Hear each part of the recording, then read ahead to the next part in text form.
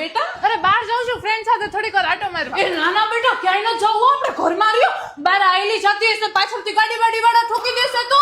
એ ના ના ના ના ના મને તારી ચિંતા તો થાય ને. માં છું ક્યાંય ન જવું ઘરમાં રહ્યો અને ગાડી વાળા નો ઠોકી દે કૂતરું બૂતરું કરડી જાય તો.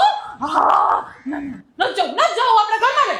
એ મમ્મી આ વેકેશનમાં મને મોબાઈલ લઈ દે ને. એ ના ના હો અત્યારે તો સોશિયલ મીડિયામાં કેટલા બધા કાંડ થતા હોય ખબર ને. છોકરા છોકરીઓ એકબીજાને ફસાવી લેતા હોય. તું ક્યાંક ફસાઈ ગઈ તો મારી દીકરી આપણે કાંઈ ફોન નથી લેવું. મમ્મી આજ મારું જમવાનું ન બનાવ્યું ફ્રેન્ડ સાથે પિઝા ખાવા જાઉં છું. એ ના ના હો પિઝામાં નકરો મેંદો ને ચીઝ જ હોય. આપણે કાંઈ ખાવા ન જાવ. મેંદો આતરડા બાટરડા ચોટી જાય ને ઈ કિડની બીડની ફેલ થઈ જાય. આપણે એવું કાંઈ ન કરું કે બહાર ન જાવ તો ફોન ના પાડ દે. ખીચડી બનાવી છે આપણે તાર માટે જો ખાઈ લે છે ઘરે હો.